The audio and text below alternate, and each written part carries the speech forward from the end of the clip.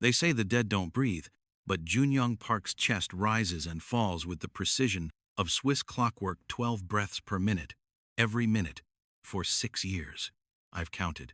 He'd already been in this bed for a year before they hired me, so the nurses can claim the full 7. I just keep the daily tally. The living don't lie this still.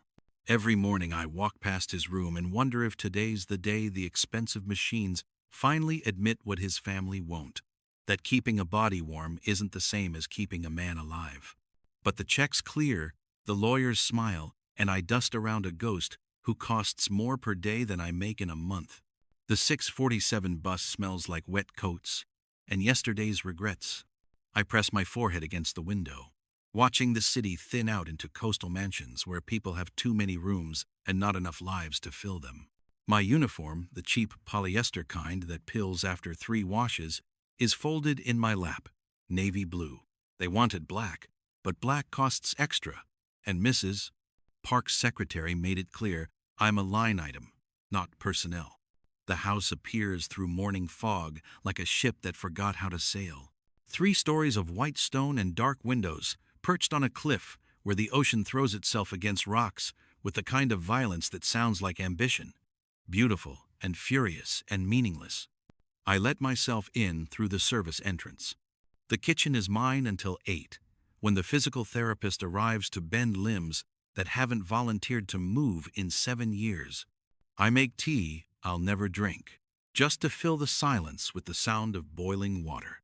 My lunch tin sits on the counter, yesterday's curry, the turmeric stain on the plastic like a small sun. The smell makes the sterile house feel briefly human. Upstairs, the medical equipment hums its morning song. Junyong Park's room is all white and chrome, and machines that breathe for him, beep for him, measure the distance between alive and not, with green numbers that never waver. He lies in the center of it like a prince in a fairy tale, except no one's coming to wake him. 43 years old now, the newspapers say, when they bother to mention him at all. 36 when it happened. Car accident, traumatic brain injury, persistent vegetative state. I've read the words so many times they've lost meaning. "Morning, Mr. Park," I say, same as always. He doesn't answer. Same as always. But I talk anyway, because the silence in this house isn't peaceful, it's hungry. It swallows words, footsteps, the small evidences that life is happening. So I fill it. I tell him about the bus driver who says, "Morning like a question," about the seagull I saw eating a whole pizza slice, defiant and victorious, about the price of eggs, the weather, the neighbor's cat that sits on his garden wall like a small judge. I open the curtains, and gray light spills across expensive sheets that get changed every day, whether they're dirty or not. His face is smooth, younger than 43 should look after 7 years of nothing. No expression lines, no weather damage, no evidence he's lived at all, except for the scar along his hairline where they opened his skull to relieve the pressure. His hair is still black, cut weekly by a barber who makes house calls. Someone, his mother, probably insists on this, on the appearance of dignity. I start dusting. The room is always clean, but I clean it anyway. Routine is the architecture that holds this house together. Without it, we'd all have to admit what we're doing here. Keeping vigil over someone who's already gone, in a house that never wakes, waiting for a miracle that costs 6 figures a year. Outside, the ocean throws itself against the rocks. Inside, the machines breathe, and I polish silver picture frames that hold photographs of a man who used to smile. Mrs. Park arrives on Tuesdays. Not every Tuesday. That would suggest a pattern, a commitment, something resembling maternal devotion. She comes when guilt outweighs convenience, which lately means twice a month, sometimes less. I can always tell when she's been here by the lipstick shade on the coffee cup rim and the faint trail of Chanel No. 5 that lingers like an accusation. Today is Wednesday, and she came yesterday while I was running errands. I know, because she's rearranged the flowers in Junyong's room, moved them from the windowsill to the bedside table, as if he can see them, as if proximity to beauty might pull him back from wherever he's been for 7 years. The roses are expensive, Grocery store expensive. Not florist expensive. I recognize the plastic sleeve in the waste bin. Your mother was here, I tell him, while changing his sheets. The physical therapist, Linda, is Korean American, early 50s, with the tired eyes of someone who's seen too many bodies refuse to cooperate. She arrives at 8 sharp, smelling like coffee and the vanilla air freshener in her car. "Morning, Zara," she says, setting down her bag. "How's our guy today?"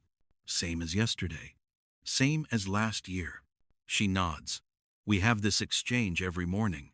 It's comforting in its predictability. I watch her work, bending his knees, rotating his shoulders, moving joints that have forgotten what movement feels like. She talks to him the whole time, explains what she's doing, like maybe he's in there somewhere, listening. I used to think it was performance, something they teach in physical therapy school. But I've seen her face when she thinks no one's watching. She believes, or wants to. His mother called me, Linda says, working on his right ankle. Asked if there's been any improvement. What did you tell her? What I always tell her, that we're maintaining range of motion, preventing contractures, keeping him comfortable. She pauses. She asked if we should stop the therapy, said it might be time to reconsider the situation. The words hang in the air like smoke. I keep folding the old sheets, pressing hospital corners into fabric that costs more than my rent. What does that mean? It means the money's running out. The trust fund isn't infinite. The lawyers are getting creative with billing, but eventually, she doesn't finish. She doesn't have to. I look at Junyong. His face is peaceful, empty, like a house, with all the furniture moved out. Does he have anyone else? Besides his mother? Linda shakes her head. There was a fiancé, Ji-won. She visited every day for the first year, then every week, then every month. Then she stopped. Married someone else 2 years ago. I saw the announcement in the paper. I try to imagine loving someone enough to visit them every day, then loving yourself enough to stop. Both feel like acts of courage. His mother wants to move him to a long-term care facility, Linda continues. Cheaper. Medicaid will cover some of it once the private funds run out. She's touring places next month. I think about Junyong in a shared room with beige walls and fluorescent lights. No ocean. No one talking to him about seagulls and expensive eggs. Just warehoused breathing. The waiting room before the final exit. How long does he have? Here, I mean? Linda straightens, wipes her hands. 6 months. Maybe 8 if the lawyers are really creative.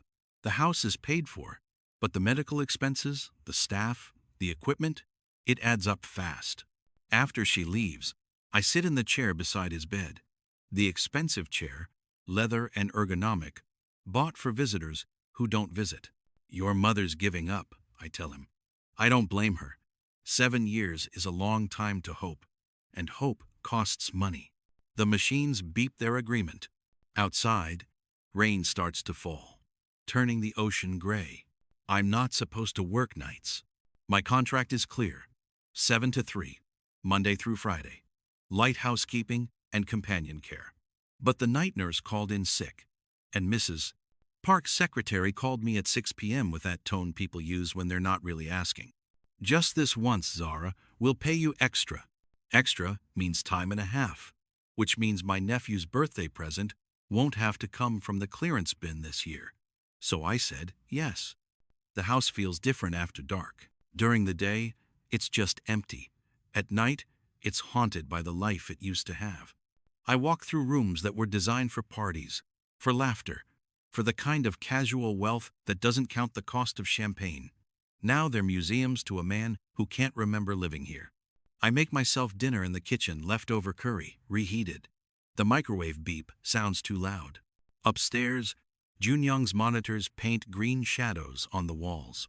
I've pulled the armchair closer to his bed, brought a book I won't read, my phone charger, a blanket that smells like my apartment. The night stretches ahead like an ocean. Just you and me tonight, I say. He doesn't complain about the company. I scroll through my phone texts from my sister, asking if I can babysit this weekend. A bill reminder. A message from Marcus, asking if I want to get coffee. Marcus from church, with the kind eyes and the job at the post office. I've been avoiding his messages for 3 weeks because dating requires hope, and I'm running low. Around midnight, something changes. Not with Junyong, he's exactly the same, breathing his 12 breaths per minute, heart rate steady at 62. But I notice something I've never seen before. His left hand, the one closest to me, has a small scar across the knuckles, the kind you get from punching something stupid when you're young and angry. I reach out, touch it with one finger. His skin is warm, real. 7 years of medical care have kept him soft, unmarked, except for this one small piece of evidence that he used to make bad decisions. What did you hit? I asked the silence. A wall? Someone's face? Your own stupid pride? I start talking then. Really talking. Not about seagulls or the weather, but about me. About how I moved here 6 years ago, after my husband left. How I took this job, because it paid better than retail and required less smiling. About my sister who thinks I'm wasting my life taking care of a man who's already gone. About Marcus and his coffee invitations and how I'm afraid that if I say yes, I'll have to admit I want something more than this. You probably think I'm pathetic, I say, talking to someone who can't hear me, but you're the only person who doesn't expect anything back. No advice, no judgment, just listening. Or not listening. It amounts to the same thing. At 2 a.m., his monitor beeps differently. My heart stops. I lean forward, checking the screens. His oxygen saturation has dropped not dangerously, but noticeably. 94%. It should be 98. I call the service line. The overnight doctor sounds annoyed, then concerned, then resigned. Probably just needs repositioning. Turn him on his right side. If it doesn't improve in 20 minutes, call me back. I've watched Linda do this 100 times, but doing it myself feels different. He's heavier than I expected. Dead weight in the most literal sense. I roll him carefully. Adjust the pillows. Make sure the tubes don't tangle. His oxygen climbs back to 97. I stay beside him, watching the numbers, my hand on his shoulder. You're okay, I whisper. You're okay. And I realize I'm not just talking to him. I find the box on a Saturday. Technically, I'm not scheduled weekends, but appraisers don't care about contracts and misses. Park pays overtime to keep strangers from touching Junyong's things. Mrs. Park asked me to clean out the study. Organize was the word she used, but we both know what she meant. The house is being appraised. Rooms are being measured for their selling potential. The study is full of Junyong's things. Books he'll never read again. Degrees he'll never use. A life interrupted mid-sentence. The box is in the bottom drawer of his desk, underneath tax returns from 2018.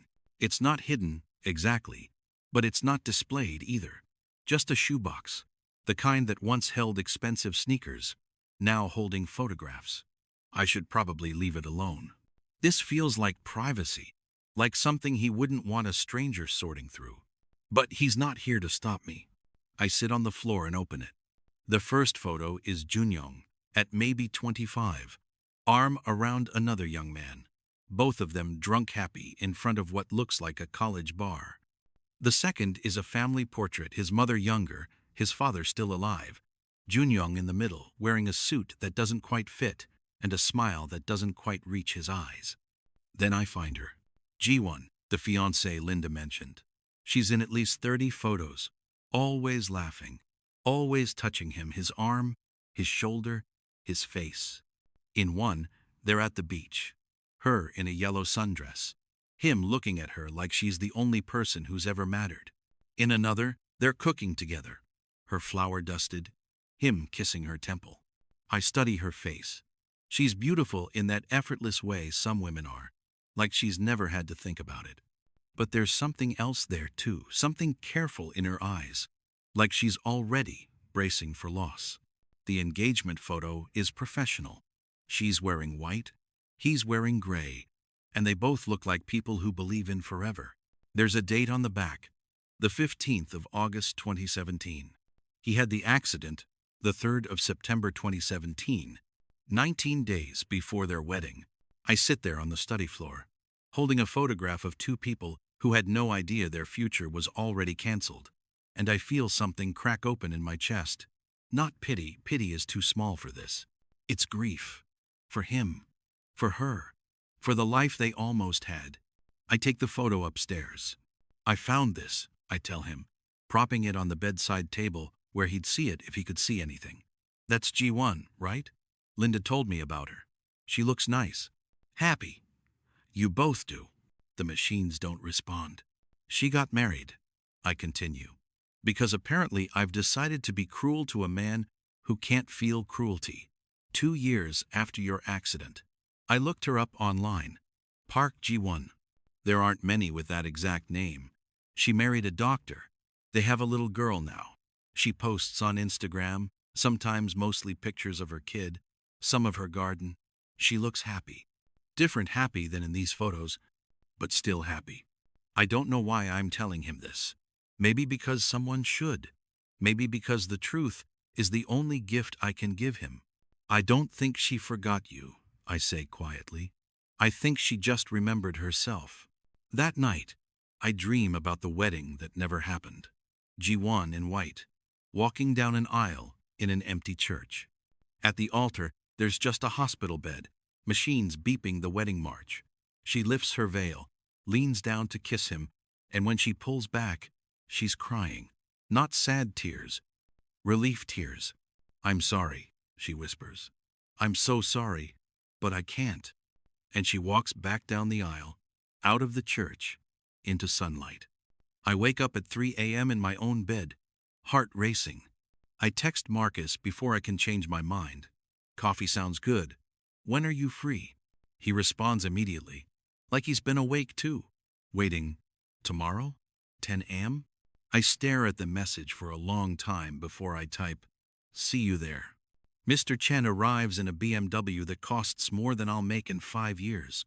He's Mrs. Park's attorney, the one who's been managing the situation, which is lawyer speak for figuring out how to shut down a life without looking like the villain. He's younger than I expected, maybe 40, with wire-rimmed glasses and the kind of suit that whispers money instead of shouting it. I let him in through the front door this time, not the service entrance. Mrs. Park insisted. Mrs. Park is running late, I tell him. She asked if you could wait in the study. He nods, but doesn't move toward the study. Instead, he looks around the foyer like he's appraising it, which he probably is. Everything in this house has a price tag now. How long have you worked here, miss? Williams. Zara Williams. 6 years. Long time. He adjusts his glasses. You must have known Mr. Park before the accident. No. I was hired after. For companion care. Ah. He says it like he's disappointed. Like he was hoping for stories. Something to humanize the line item he's trying to erase from a budget. And in your professional opinion, have you ever noticed any signs of awareness? Any response to stimuli? I think about lying, about inventing a hand squeeze, an eye flicker, some small miracle that might buy Junyong more time in this house by the ocean. No, I say instead. Nothing. He nods, makes a note on his phone. The neurologist's reports confirm the same. No higher brain function. No possibility of recovery. He pauses. I'm sure this is difficult. You've been caring for him for a long time. I dust his room and talk to him. I'm not saving his life. Still, attachment is natural. I want to tell him that attachment is too small a word for what happens when you spend 6 years watching someone not die. That you start to need them in the same way they need the machines, something steady to measure your days against. Proof that time is passing even when nothing changes. But Mr. Chen doesn't need my philosophy. Mrs. Park arrives 20 minutes later, smelling like expensive anxiety.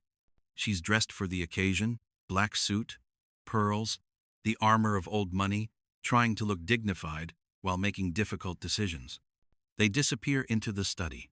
I'm not supposed to listen, but the house is old and walls are thin and I've learned where to stand. The trust fund will be depleted by September, Mr. Chen says. We can stretch it to November if we eliminate non-essential expenses, but that's the absolute maximum.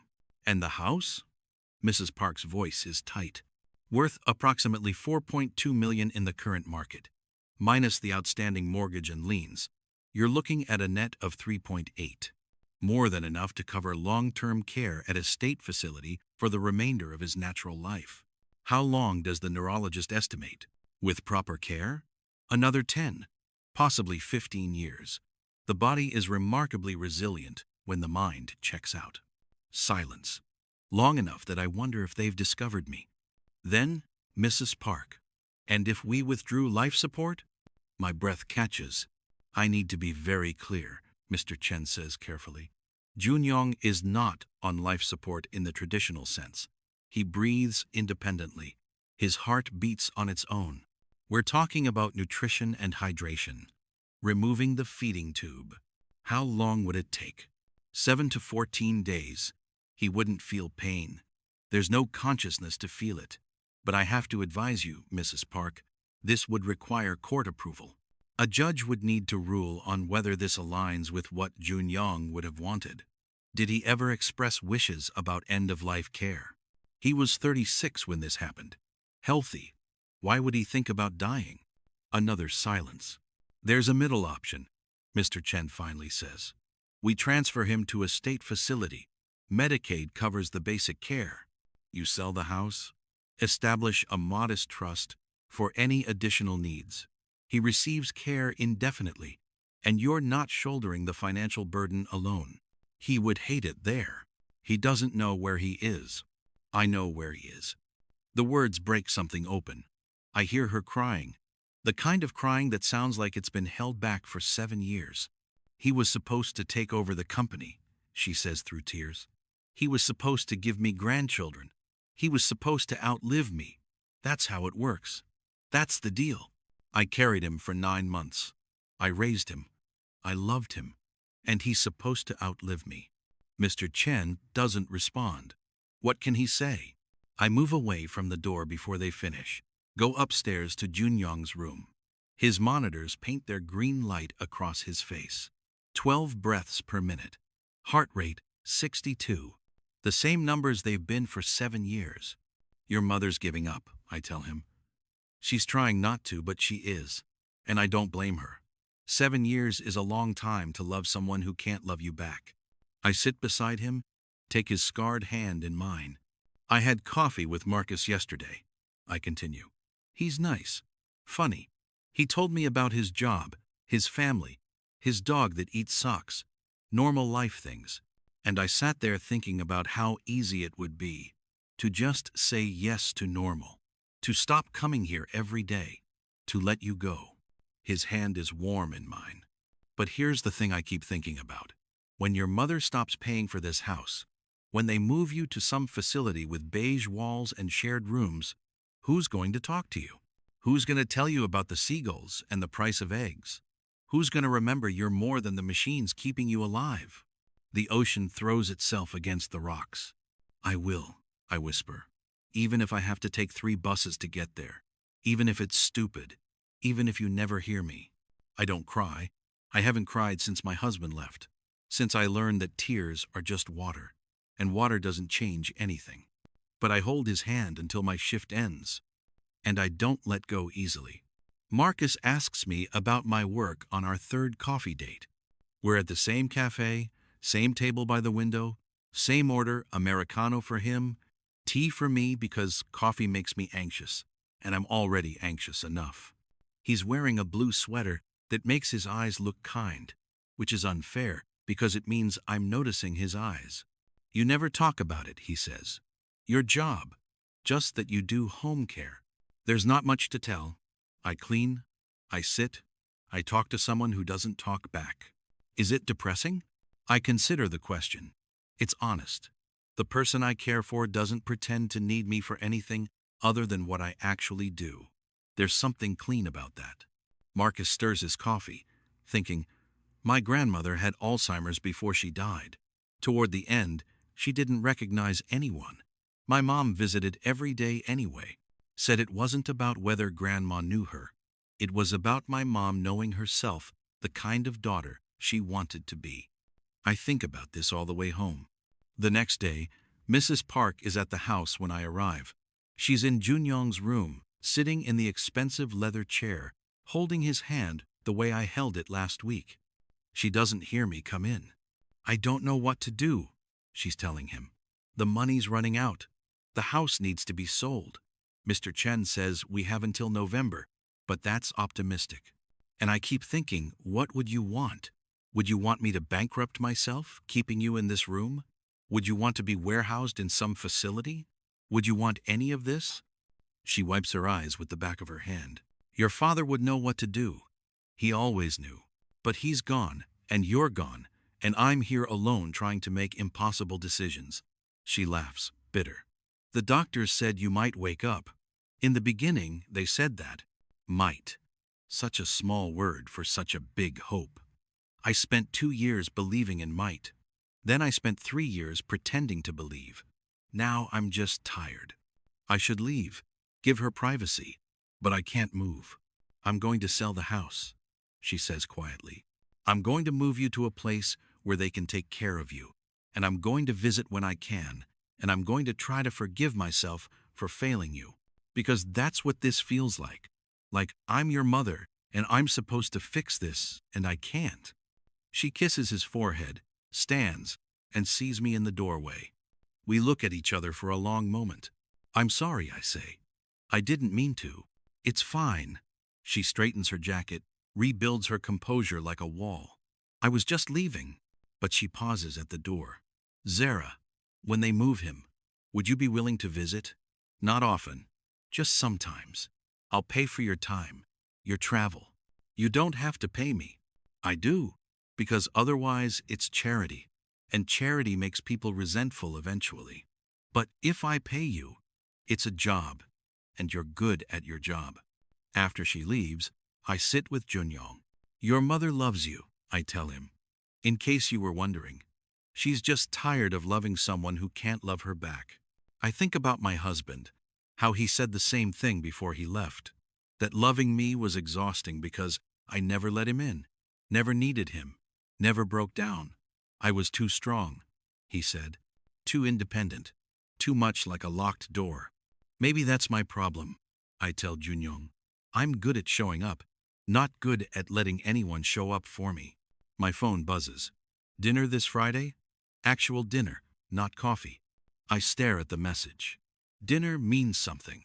Dinner means trying. I type, I'd like that. Then I tell Junyong, I'm going on a date, an actual date, with someone who's alive and conscious and capable of disappointment. Pray for me. Or don't. I guess you're doing the same amount of either. But I smile when I say it. And I think maybe that's progress. The hurricane warning comes on a Tuesday. Not a hurricane. Technically, the Weather Service calls it a significant coastal storm system, but the ocean doesn't care about technical language. It rises gray and furious, throwing itself against the cliffs with enough force to shake the house's foundations. Mrs. Park's secretary calls. We're evacuating Mr. Park to the hospital as a precaution. Can you stay with him until the transport arrives? The ambulance comes at noon. 2 EMTs who've done this before, who know how to transfer a body that can't help with the transfer. They're efficient, professional, careful. They strap him to the gurney like they're packing something fragile for shipping. You coming with? One of them asks me. I look at Mrs. Park's secretary on the phone screen. She nods. So I ride in the ambulance, holding the bag with Junyong's medications, his medical history printed on 14 pages, the small things that define a life reduced to documentation. The EMT in back with us keeps checking monitors, adjusting straps, making sure the portable ventilator is functioning, even though Junyong breathes fine on his own. How long's he been like this? He asks. 7 years. He whistles low. That's a long time. Yes? You family? No, I just work there. Huh. He studies me. That's dedication. I don't tell him it's not dedication. It's just easier to show up for someone who asks nothing of you than to show up for yourself. The hospital is chaos. The storm has knocked out power in 3 districts, and the ER is flooding with people who lost medication, oxygen machines, dialysis access. We're triaged to a corner of a hallway on the fourth floor, given a partition and a monitor, and a nurse who promises to check in every hour. I settle into the plastic chair beside his bed. Outside, the storm gets worse. Rain hammers the windows. The lights flicker but hold. Somewhere down the hall, someone's crying. Somewhere else, a monitor is alarming, frantic. First time you've left the house in 7 years, I tell Junyong. How does it feel?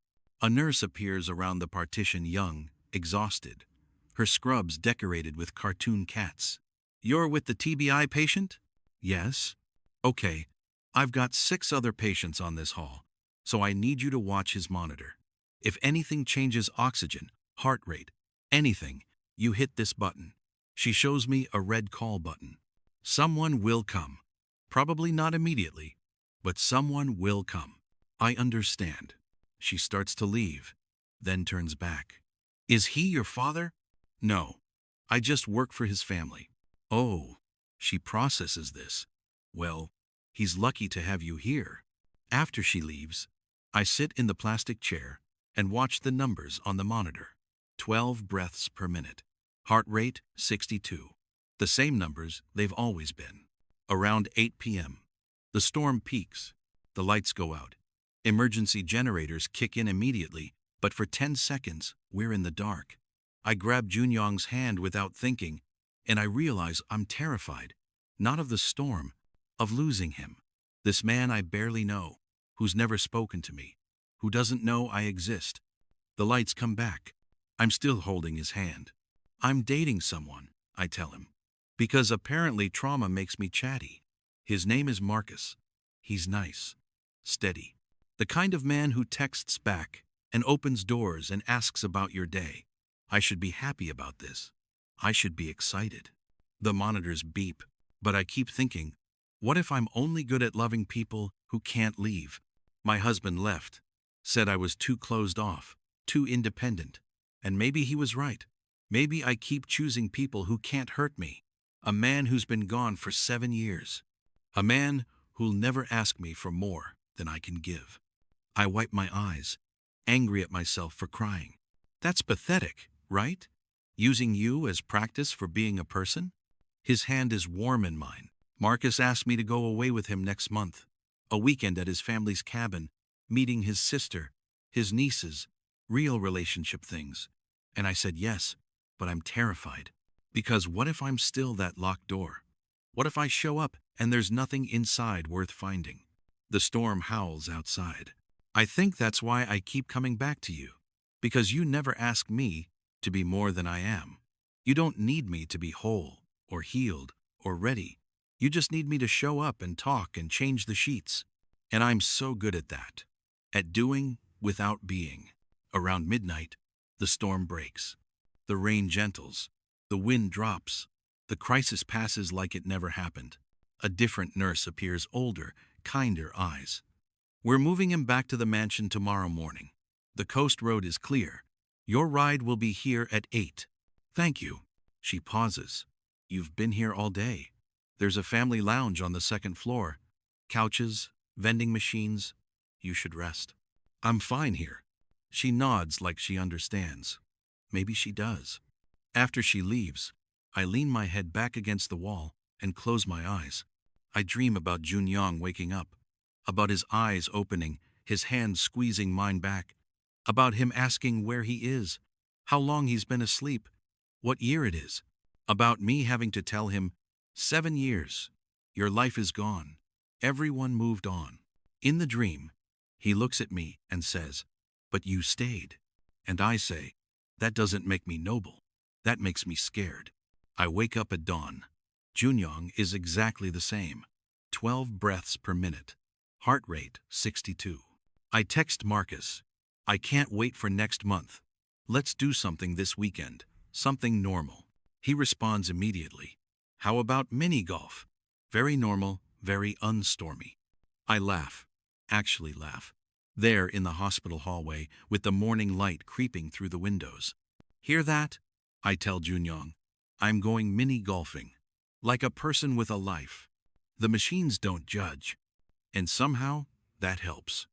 Mrs. Park calls me on a Thursday. Not her secretary, which means something's wrong or something's changed. And in this house, those are usually the same thing. Zara, I need to discuss something with you. Can you come to my office tomorrow? Her office is in the city, 45 minutes by bus, in a building made of glass and steel, and the kind of quiet that costs money. The receptionist is expecting me, directs me to the 14th floor, where Mrs. Park's assistant offers me water I don't drink and a seat in a waiting room that overlooks the harbor. Mrs. Park appears exactly on time, dressed in a gray suit that probably costs more than my car. Thank you for coming, she says, gesturing me into her office. It's beautiful floor-to-ceiling windows, minimalist furniture, abstract art that probably means something to people who understand abstract art. There's a photo on her desk. Young Junyong, maybe 8, gap-toothed and grinning. She sits across from me, folds her hands. The house sold, she says. Faster than expected. The buyers want to close in 6 weeks, which means we need to move Junyong by mid-August. Okay, I've found a facility. It's clean, well-staffed, Medicaid-approved. He'll have a private room, full-time nursing care. It's not the mansion, but it's dignified. I nod, waiting. Here's what I'm proposing. I'd like to hire you to continue as his companion. Not full-time, the facility has staff for medical care, but 3 days a week, 2 hours per visit. You'd talk to him, read to him, maintain continuity.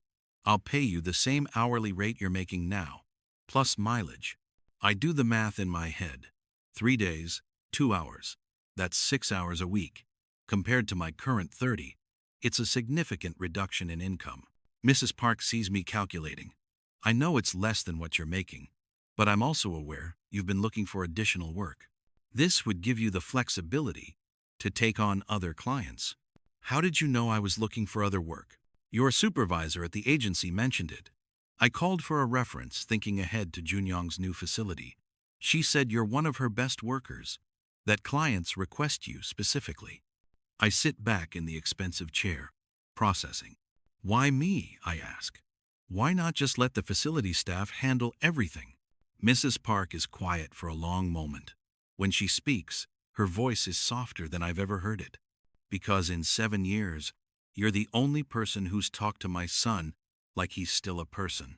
The nurses do their job. The therapists do their exercises. But you tell him about seagulls and eggs and bus drivers.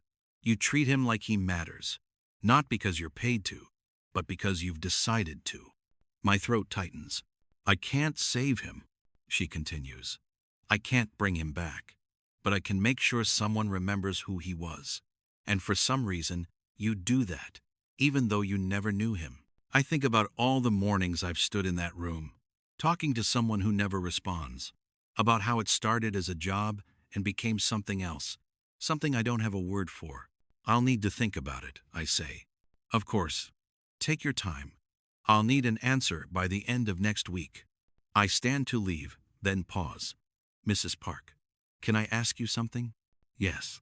Do you ever wish you'd let him go? In the beginning. I mean, when the doctors first said there was no hope. She doesn't flinch.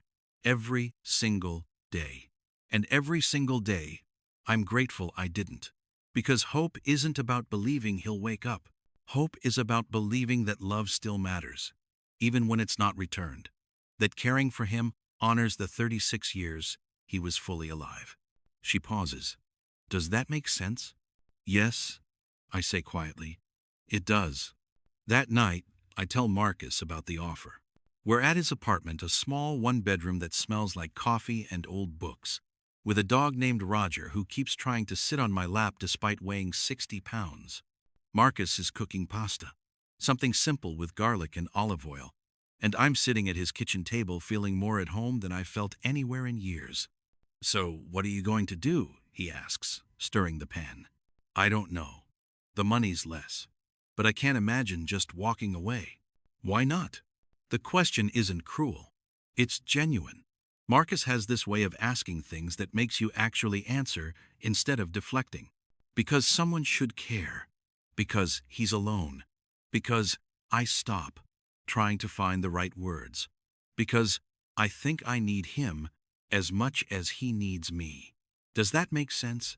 Perfect sense. He plates the pasta, sets it in front of me. My mom used to say that the people we choose to care for tell us who we are, not the people we're obligated to love. The ones we choose. I take a bite. It's delicious, simple and perfect. What if I'm choosing him because it's safe? Because he can't disappoint me or leave me or ask for more than I can give? Marcus sits across from me, takes my hand. Or, what if you're choosing him because you're a good person who sees someone in need and can't walk away? What if it's not about fear, it's about character? I look at him, this kind man, with his patient eyes, and his 60-pound dog and his simple pasta. I'm a mess, I tell him. Everyone's a mess. You're just honest about it.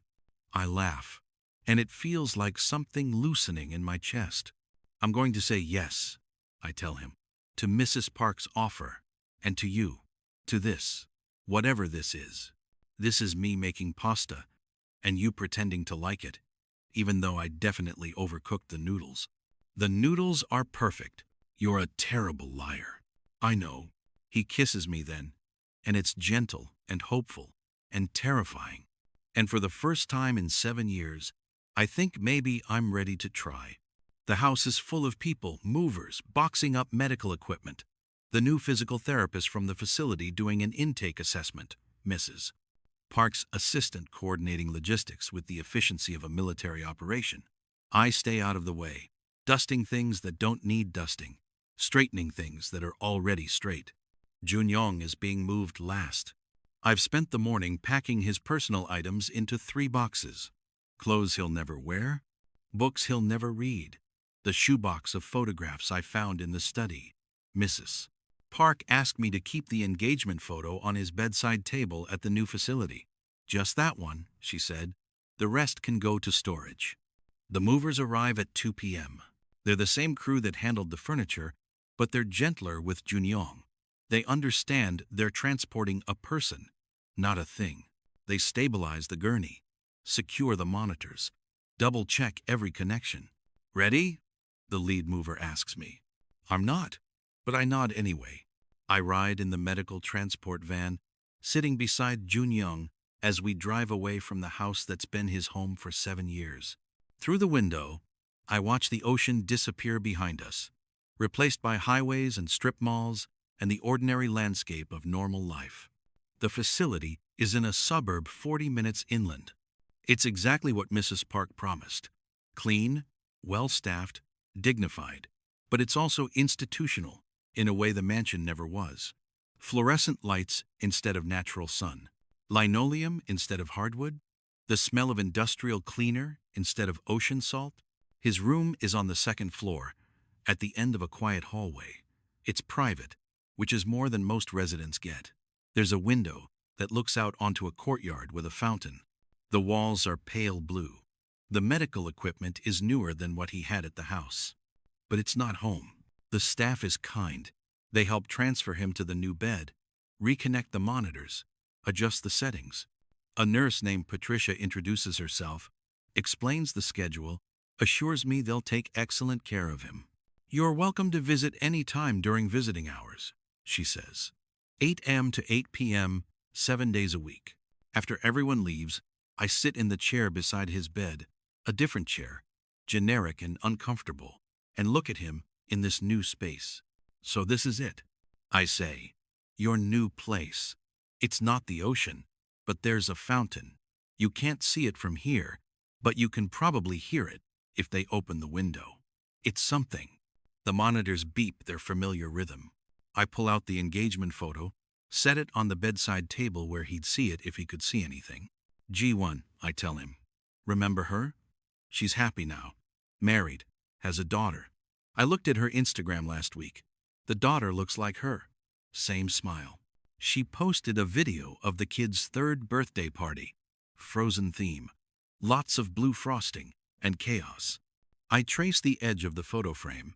I think she loved you. Really loved you. But she also loved herself enough to leave. I don't think those things contradict each other. I think they're both true at the same time. I take his hand, the one with the scar across the knuckles. I'm going to keep visiting.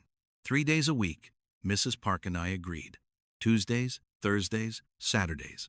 I'll tell you about my week, about Marcus and his ridiculous dog, about whatever seagull drama I witness. You won't answer, but you never answered before, so that's consistent. The late afternoon sun slants through the window, painting golden squares on the linoleum floor. I need to tell you something, I say quietly. I started this job 6 years ago because I needed money, and you needed someone to dust around you. But somewhere along the way, it became more than that. You became my excuse not to try, not to risk, not to let anyone close. Because if I was busy caring for you, I didn't have to care for myself. I wipe my eyes. But I'm trying now. With Marcus. With life. And I think I need to thank you for that. Because spending all this time with someone who can't leave taught me what it feels like to show up consistently. And maybe that's the foundation for everything else. Maybe I needed to learn to be present with you before I could be present with someone who's actually here. I stand, lean over, kiss his forehead. So thank you for being my practice person, for teaching me that love doesn't always look like passion or fireworks. Sometimes it looks like showing up on a Tuesday morning and talking about eggs. I gather my things, my bag, my coat, the empty boxes I brought. At the door, I turn back.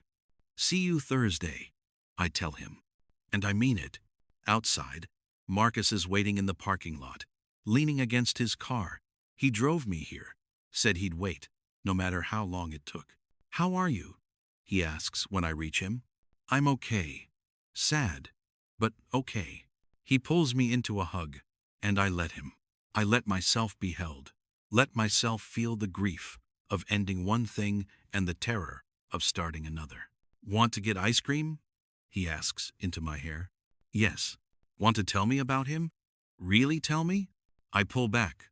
Look at this man who's choosing to care about me despite or maybe because of my complications. Yes, I say again.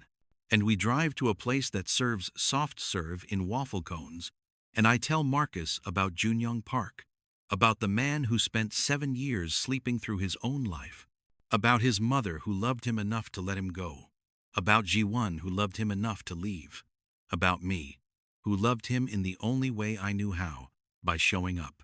That's beautiful, Marcus says when I finish. It's sad. Those aren't mutually exclusive. We sit in his car, eating melting ice cream, watching the sun set over a suburb that looks nothing like the ocean.